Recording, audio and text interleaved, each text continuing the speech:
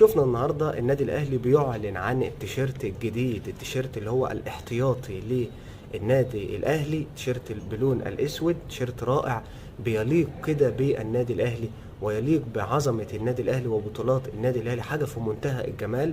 كل الناس اتكلمت عن ان التيشيرت ده تيشيرت رائع، وافضل التصاميم لتيشيرتات النادي الاهلي هتكون على مدار السنين كلها، حاجه كده بتليق بالنادي الاهلي وبتليق بحامل البطولات وسيد القاره الافريقيه. الحاجه الثانيه اللي عايز اتكلم عليها، النادي الاهلي موجود في معسكره بالنمسا، اطمن على اكرم توفيق وكريم فؤاد للتعافي والاستشفاء تماما من الاصابه اللي كانت لحقت بهم عمليه الرباط الصليبي والكلام ده كله، وفعلا اتعرضوا على الدكتور اللي هو المتولي للعمليه واطمن تماما ان هم جاهزين وتاكيدا للعوده للتدريبات الجماعيه للنادي الاهلي. كذلك امام عاشور بامكانه المشاركه في التدريبات الجماعيه للنادي الاهلي، ودي بشره خير للنادي الاهلي بعوده اثنين من لاعبيه الاساسيين مرة تانية لتشكيلة النادي الأهلي. النهاردة كمان بيصادف رحيل لاعب النادي الأهلي محمد عبد الوهاب، بندعو له جميعا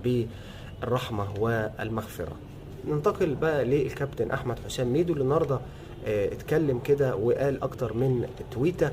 تعال نشوفها مع بعض. الكابتن أحمد حسام ميدو اتكلم بيقول إن من غير المقبول من الزمالك ولا الأهلي ولا حتى مارسيليا إن هو يساوم المنتخب بلاعبيه، وأي حد يطلع في الإعلام يقول غير كده يبقى ضلالي، والأولوية لمنتخب مصر، مصر فوق الجميع. كمل الكابتن أحمد حسام ميدو قال والله العظيم نفسي أقاطع الدوري، دي كورة تعبانة وملاعب تعبانة ونقل تلفزيوني تعبان ولبس معظم الفرق تعبان، معظم اللعيبة بيروحوا عند حلاق واحد.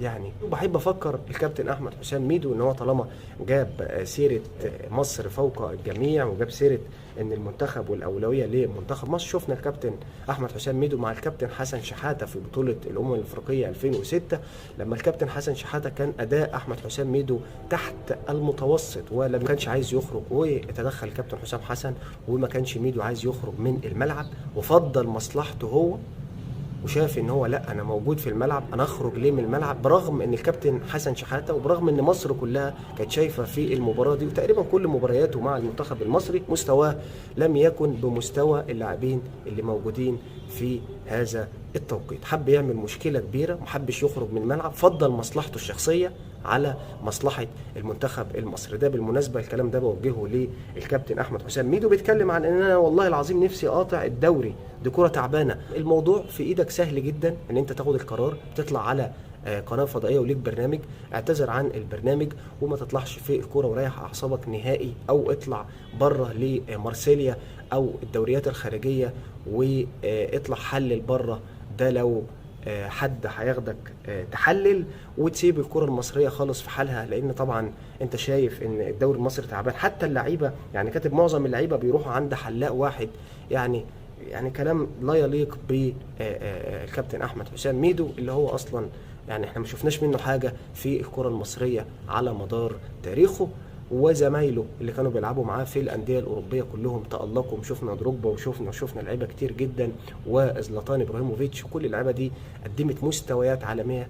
والكابتن احمد حسام ميدو رجع مره تانية على نادي الزمالك اللي ما قدمش لا لنادي الزمالك حاجه ولا للمنتخب المصري حاجه. اتمنى في النهايه لو عجب حضراتكم الفيديو لايك واشتراك في القناه ومتابعه كل جديد، والسلام عليكم ورحمه الله وبركاته.